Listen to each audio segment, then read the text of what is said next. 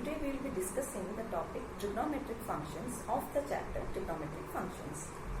Now already we have learned that trigonometric ratios are related to the right triangle, the ratios of the sides of the right triangle, and they are meant for only acute angles. Now here what we are studying is we are just extending that trigonometric ratio idea to any angle, but they will be in radian measure and we will be studying them as trigonometric functions. Okay, let's start the topic trigonometric functions. So we are first considering a unit circle, that is a circle of radius 1 unit, and we are just taking any point P with the coordinate a comma b on the circle, so that this perpendicular distance, that is PM, will be b and OM will be A. Okay, now A, the point A will be 1 comma 0 because this distance is 1. So this will be 1 comma 0 because it is on the positive x-axis.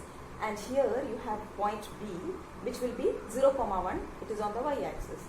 This is also distance 1, so it will be minus 1 comma 0, and here D you have 0 comma minus 1. Now what we are taking is, we are just considering angle AOP as x radians, angle AOP as x radian, right? So it is positive direction, anti-clockwise direction, so you can say that it is x radians. Now from this definition we can just directly find out the arc of this length AP, arc AP's length. What will be length of arc AP? Actually L, which is defined to be r theta, and here your r is 1 unit, r is given to be 1 unit, and we are taking theta as x radians. So you will get your L to be, actually while substituting you will get it to be x. That means the arc length of the arc AP is also x. So angle AOP is x radians and arc length of the arc AP is also x radians. Okay. Now we are just defining cos x to be this A and sin x to be B. Okay, this A is taken as cos x and B is taken as sin x. Now we are just considering the triangle POM. Just see the triangle POM, it is right angle at M, right? So for this right angle, the triangle, we can just consider the Pythagoras theorem. What the Pythagoras theorem says, it is OM square plus MP square is equal to OP square. Now what is OM actually? Your OM is A. So we are just replacing so that I get A square plus MP is B, so it becomes B square is equal to OP. This is unit circle, that means the radius will be 1, so you will get 1 square which is 1. So A square plus B square equal to 1. And since A comma B is any point, it can be anywhere on the circle. It is a general point on the circle. So A comma B will be satisfying the condition for any A comma B. The condition will be satisfied. Which condition? A square plus B square equal to 1. Now we are just replacing what we have taken as A and B. What is A taken as? Cos x. So it will become cos square x plus B is taken as sin x. So it is sin square x is equal to 1. So this is the condition which we are getting here. Cos square x plus sin square x is equal to 1. Now we know that one complete revolution is equal to 2 pi radians. Okay. So the angle subtended at the center when a complete revolution is completed is 2 pi radians. So we can say that angle AOB. See here, angle AOB is actually subtending a right angle triangle. That means it is in radian measure, it is pi by 2. Now what will be angle AOC? It is actually 180 when we say it is a straight line, so we will have it to be pi. And angle AOD, it has been covered till the 3/4 of the total circle. That means it will be 3 pi by 2. This pi by 2, pi by 2, pi by 2. So it is 3 pi by 2. Okay. And again, when it reaches this same point, from starting from here, it reaches the same point, means it has been covering 2 pi radians. Okay. So these are the values related in radian measure. And angles which are multiples of pi by 2 they are called quadrantal angles. Okay, the angles which are multiples of pi by 2 are called quadrantal angles. That means it is related to the quarter portion. That's why the name is quadrantal angles. Okay.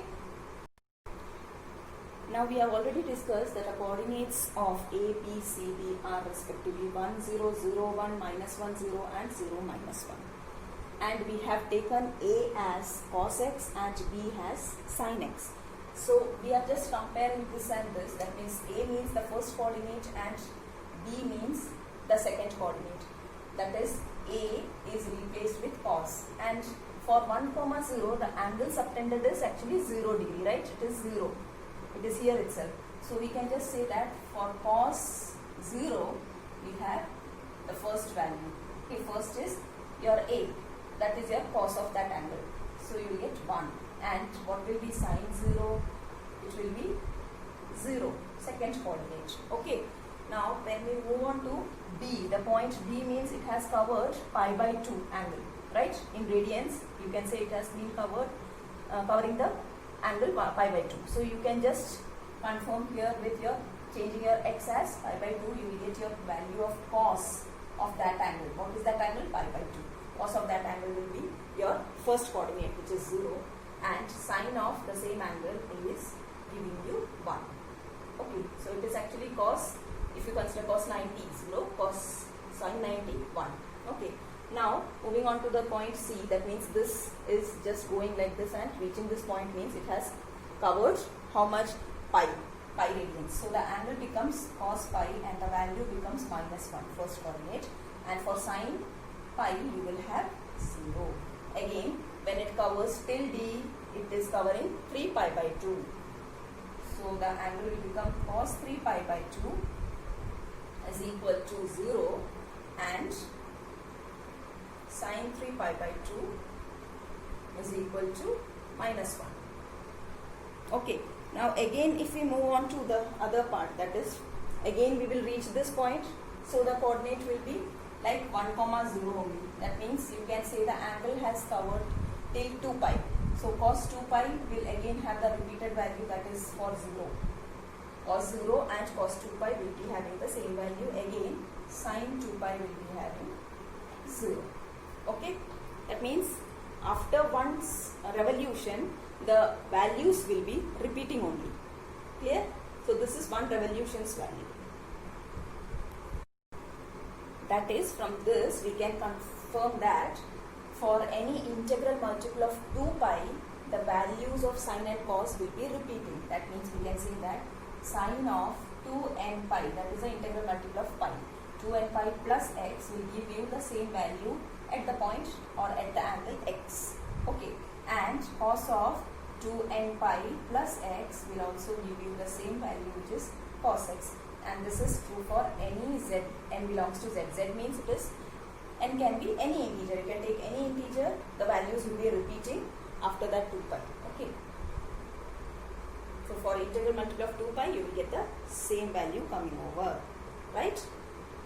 Now again you can just see one more thing, that is for cos 0, then whenever the value of cos is 0, cos pi by 2 you have 0, cos 3 pi by 2 you have 0, again it will come over like cos 5 pi by 2 will be 0, like that.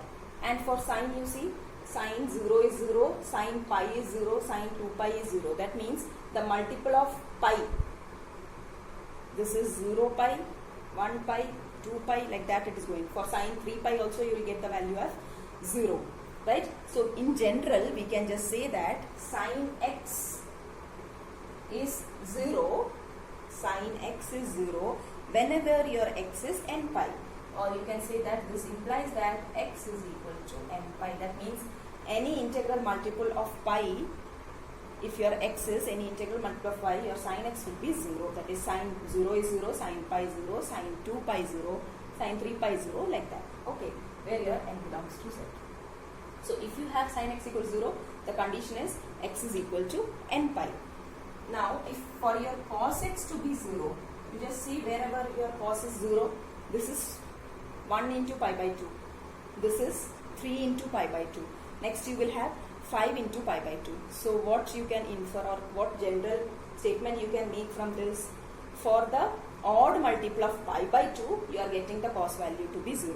That means if you have cos x equal to 0, you can say that the x value will be like the odd multiple of pi by 2. This is your odd multiple of pi by 2. Okay, so x will have the odd multiple of pi by 2 as the angle value when you have your cos x to be 0. Clear? So these things are important. Right? Now we have discussed sin x is equal to 0 whenever you have x is equal to n pi, or sin x equal to 0 implies that x is equal to n pi for n belongs to z, and cos x equal to 0 implies x is equal to 2n plus 1 into pi by 2 for n belongs to z. Now we are just going for other trigonometric functions. In total you have 6 trigonometric functions. So remaining 4 we are taking, and we are just depending on the values of this sin and cos. Okay. That means first we will consider cosec x, and cosec x is nothing but 1 by sin x. And we know that the denominator should not be equal to 0. Denominator is 0 means what? Sin x is 0. And when sin x is 0, you will have x as n pi. So we should have the condition that sin x should not be equal to 0.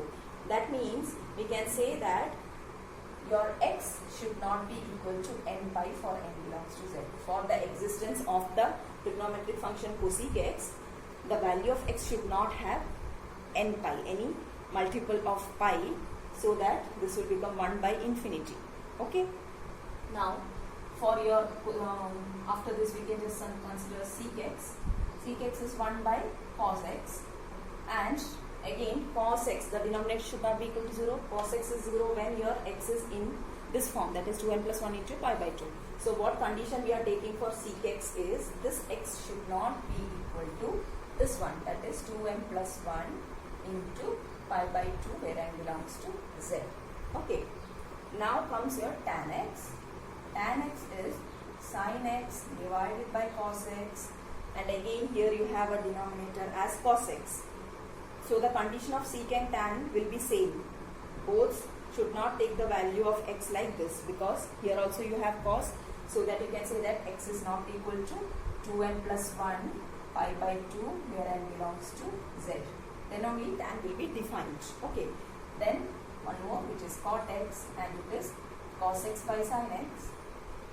And here the denominator is sin, so it will be having the condition which cosec has. That means x should not be equal to n pi for n belongs to z. So these are the total conditions in which they will exist. Okay. Now already we have discussed this statement, that is sin square x plus cos square x is equal to 1. Right? Now we are deriving 2 more relations. Let us see how. Since this is true, we are just dividing throughout by sin square x. So what will happen? This will become 1. First term will become 1. Second term will be cos square x by sin square x, which is cot square x. And the right hand side will become 1 by sin square x, which is cosec square x. Okay, so you got one relation which is 1 plus cot square x is equal to cosec square x. Now suppose if you are dividing with cos square x, what will happen? This is sin square x by cos square x will give you tan square x. This will become cos square x by cos square x, which is 1, and 1 by cos square x in the right hand side will give you sec square x. So you can say that 1 plus tan square x is equal to sec square x. Okay.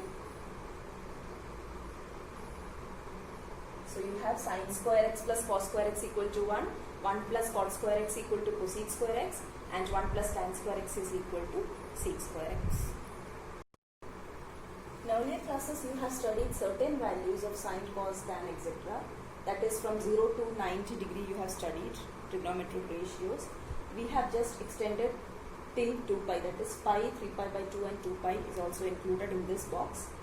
So we can just go through the sine value. Sine 0 is 0, sine pi by 6, which is in degree measure you can say is pi by 6 is 30 degree, pi by 4 is 45 degrees, pi by 3 is 60 degrees, this is 90 degrees, 180 degrees, 270 degrees and 360 degrees in degree measures. Okay, so these are your radian measures given here. Now sine 0, 0, sine pi by 6, 1 by 2, sine pi by 4, 1 by root 2, sine pi by 3, root 3 by 2, sine pi 1, sine pi by 2, 1, sine pi 0, sine 3 pi by 2 minus 1, sine 2 pi 0.